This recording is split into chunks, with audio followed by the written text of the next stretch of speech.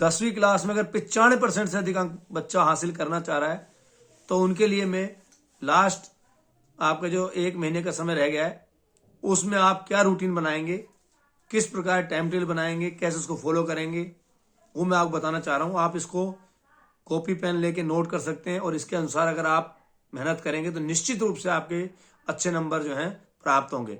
सबसे पहले आप 5:30 बजे का अलार्म भरिए। 5:30 बजे आप खड़े होके जो डेली रूटीन के आपके वर्क हैं, फ्रेश होना, ब्रश करना, ये आप कर सकते हैं। सुबह आप उठ के गर्म पानी लीजिए 2 गिलास 3 गिलास, जिससे कि आपकी नींद जो है वो बिल्कुल उड़ जाएगी। तो आप 5:30 बजे 6 बजे के बीच में डेली रूटीन के वर्क कीजिए।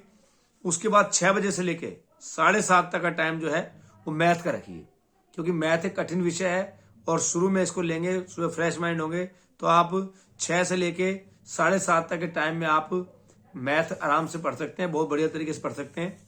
कॉपी पेन लेके इसका अभ्यास कीजिए, प्रैक्टिस कीजिए।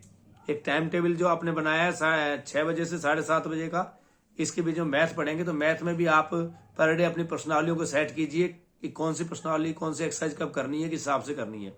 7:30 से 8 बजे आप ब्रेकफास्ट का टाइम लीजिए, क्योंकि नाश्ते के लिए सबसे अच्छा टाइम होता है। 7:30 से 8 बजे ब्रेकफास्ट कीजिए।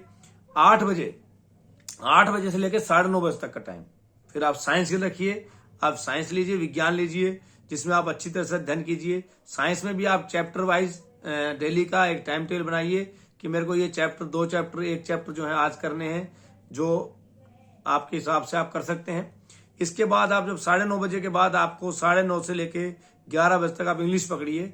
इंग्लिश जो कठिन शब्द है, जो सब्जेक्ट है कठिन सब्जेक्ट, उसको आप पकड़िए 9:30 से लेके 11 बजे तक, यानी 9:30 से 11 बजे तक आपका टाइम इंग्लिश का हो गया।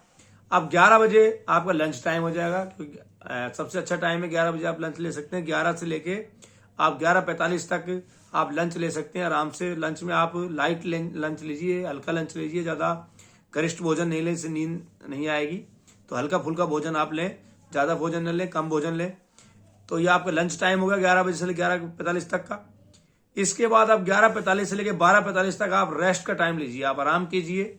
आप चाहे उसमें सोइए, चाहे आप इसमें लेटिए, जैसा भी आपको अच्छा लगता है आप उस हिसाब से रेस्ट कर सकते हैं। मेरे हिसाब से आप 1 घंटा सो लें तो बहुत अच्छी बात है, थोड़ा नींद लेने के लिए।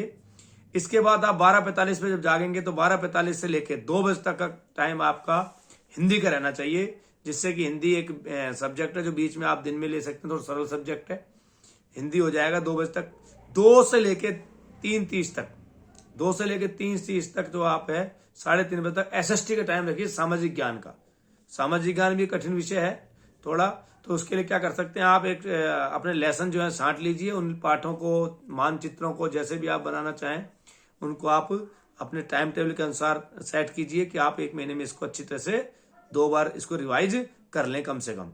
इसके बाद जब आप एसएसटी सामाजिक ज्ञान पढ़ लेंगे 3:30 तक, तो 3:30 से 4 बजे तक आप टी ब्रेक लीजिए। टी ब्रेक का नाम मैं बोल रहा हूँ चाय के लिए। आप चाय तो चूंकि आजकल कोई पीता नहीं है, तो एक तरह का आपको मनोरंजन टाइम हो गया, आप थोड़ा बहुत मनोरंजन ले सकते हैं, कोई दिक्कत नहीं है।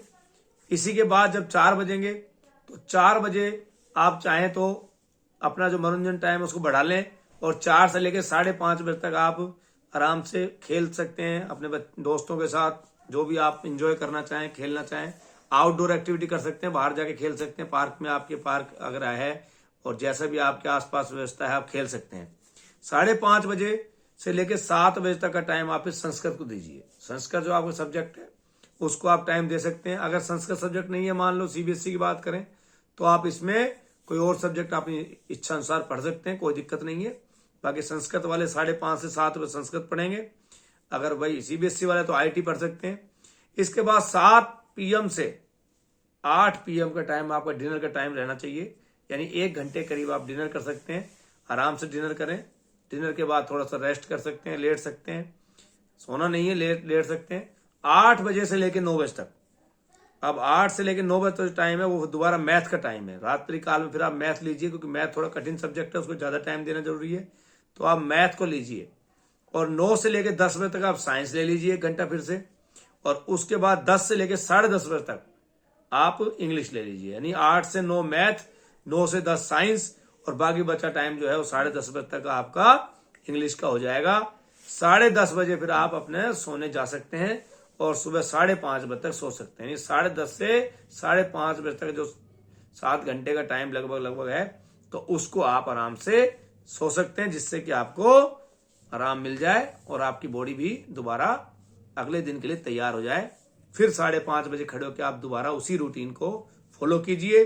अगर आप निश्चित रूप से ये टाइम टेबल फॉलो करते हैं तो मेरी आपको गारंटी है कि आपके 95% से ज्यादा नंबर आएंगे। बिल्कुल, इसमें आप बिल्कुल कोताही नहीं बरतें। इस टाइम टेबल को सेट कर लें, जो मैंने बताया इसको आप कर लें। धन्यवाद विद्यार्थियों। मैं समय समय आपको वीडियो उपलब्ध कराता रहूंगा, आपको मोटिवेशन करता रहूंगा, आप जिससे थोड़ा उत्साहित हों, अच्छी तरह पढ़ें। बाकी ईश्वर की कृपा रहेगी और आप बहुत अच्छे नंबरों से पास होंगे। धन्यवाद।